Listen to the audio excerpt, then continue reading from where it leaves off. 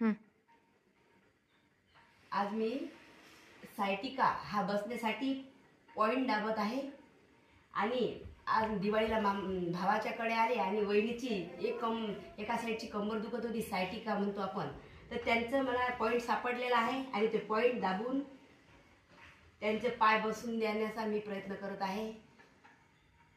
हरिद्वारहून आलेले महाराज त्यांनी आम्हाला हे पॉईंट दाबण्याचं शिकवलेलं आहे. तो प्रयोग मी इथं माझ्या वहिनीवर करत आहे.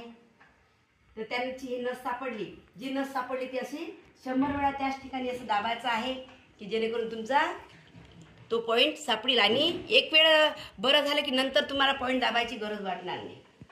रिलॅक्स. आता समोर सापडले दुसरा दोन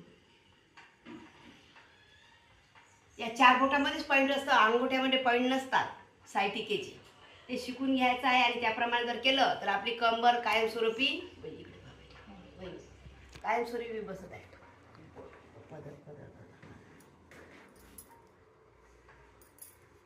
दुखलं की सांगा इथं बरोबर.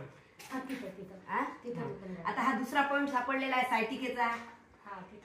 हेच आहे आणि हा असा पॉईंट सापडला की तो सोडायचा नाही. कोणीही टोकदार वस्तूनं असं 100 वेळा दाबायचं आहे.